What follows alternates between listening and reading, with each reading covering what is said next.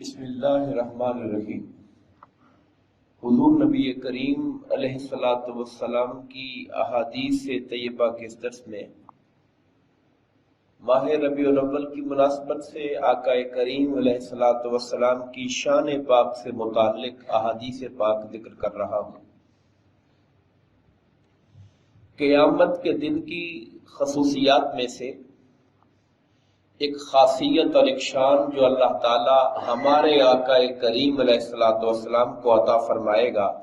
وہ یہ ہے کہ اللہ رب العزت ہمارے آقا کو مقام محمود پر فائز فرمائے گا، اور یہ قرآن مجید کی آیت کریمہ کے اندر اس کا ذکر ہے۔ عَسَىٰ أَن يَبْعَثَكَ رَبُّكَ مَقَامًا مَحْمُودًا، اے حبیب کریم یقیناً آپ کا رب آپ کو مقام محمود پر فائز فرمائے گا۔ اب سوال یہ ہے کہ مقام محمود کیا ہے؟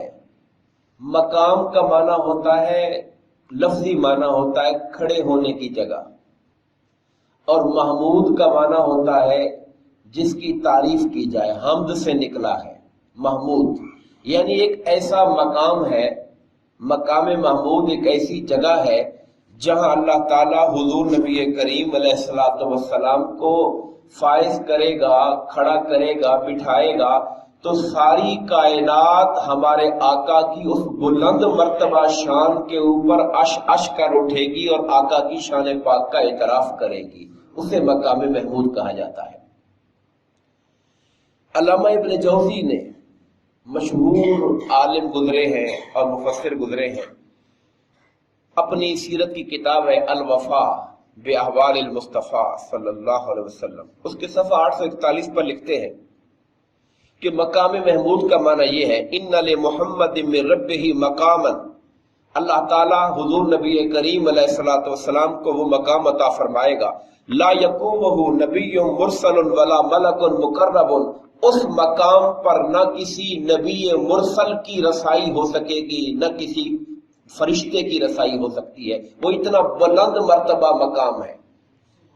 یبین اللہ للخلائق فضلہ علی جمیع الاولین والآخرین، اور اس مقام پر بٹھا کر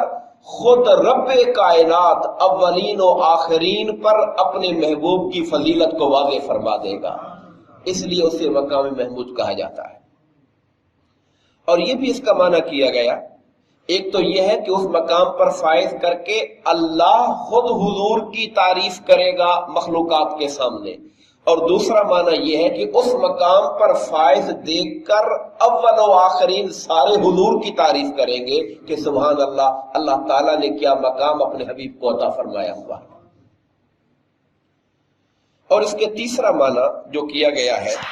وہ یہ کیا گیا، آقا نے فرمایا کہ قیامت کے دن جب لوگ مضطرب ہوں گے موجوں کی طرح، حدیث کے الفاظ آئے جیسے سمندر کی موجیں اٹھی ہوئی آ رہی ہوتی ہیں، ایسے لوگ پریشانی میں مضطرب ہوں گے،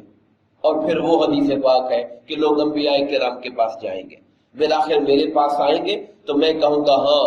یہ کام میں تمہاری شفاعت کروں گا۔ فرمایا یہ جو میرا شفاعت کبریٰ ہے،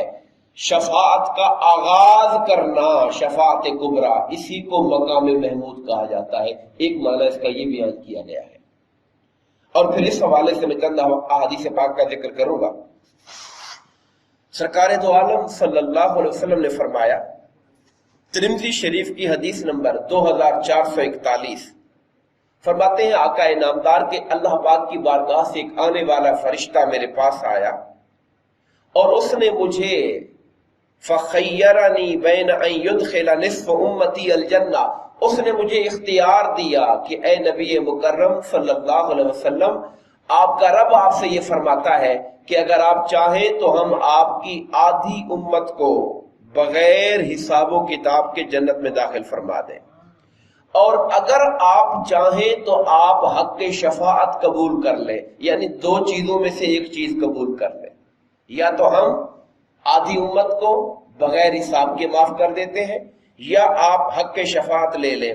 آقا فرماتے ہیں فاخترت الشفاعہ، میں نے آدھی امت بغیر حساب کے معاف کیے جانے والا آپشن قبول نہیں کیا، میں نے حق شفاعت کو قبول کیا ہے۔ اور فرمایا جانتے ہو کیوں؟ اس لیے کہ یہ عام ہے، زیادہ عام ہے، اس میں زیادہ عمومیت ہے۔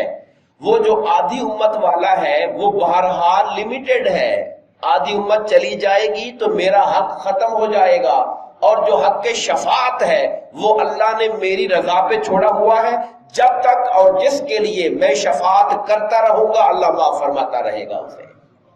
اور اس لیے بھی عام ہے کہ اگر حق اگر آدھی امت والی بات ہوتی اور آدھی امت جنت میں چلی جاتی اور پھر باقی آدھیوں گناہگاروں میں ہم جیسے لوگ ہوتے اور ہمارے آقا ہمارے سامنے آتے اور ہم التجا کرتے کہ یا رسول اللہ ہم آج گرفتار مصیبت ہیں،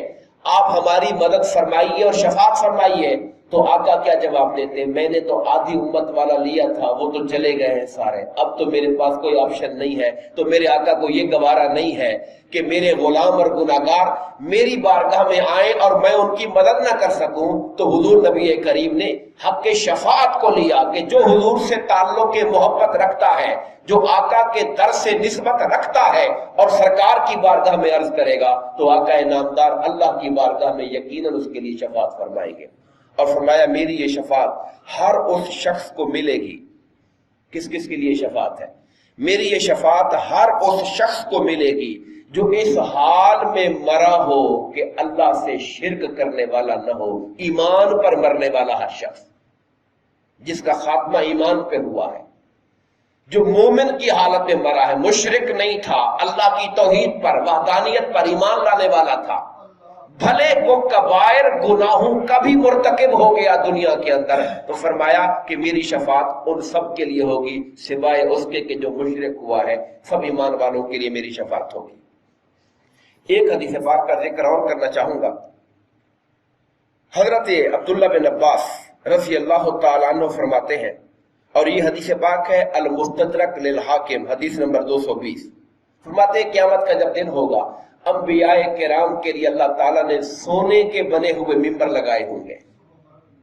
ہر ایک کے بیٹھنے کی جگہ ہوگی، جو اللہ کے معززین اولیاء ہیں، شہداء ہیں، انبیاء ہیں، ان کے لیے باقاعدہ اللہ تعالیٰ، ہم پڑھتے ہیں کہ کچھ لوگ وہ ہوں گے جو نور کے ٹیلوں پر بیٹھے ہوں گے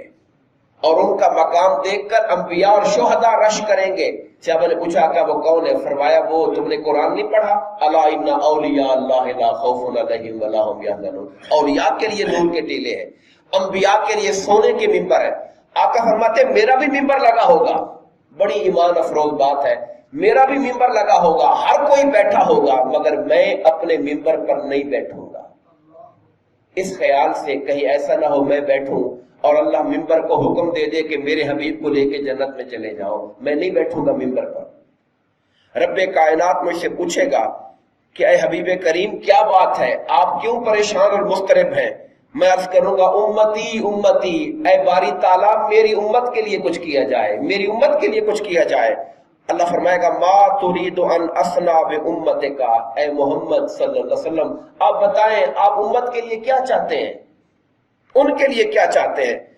تو آقا عرض کریں گے اجل حسابہم، باری تعالیٰ قیامت کا دن بہت لمبا ہو گیا، 50,000 سال کا دن ہے، میری امت کا حساب جلدی لے،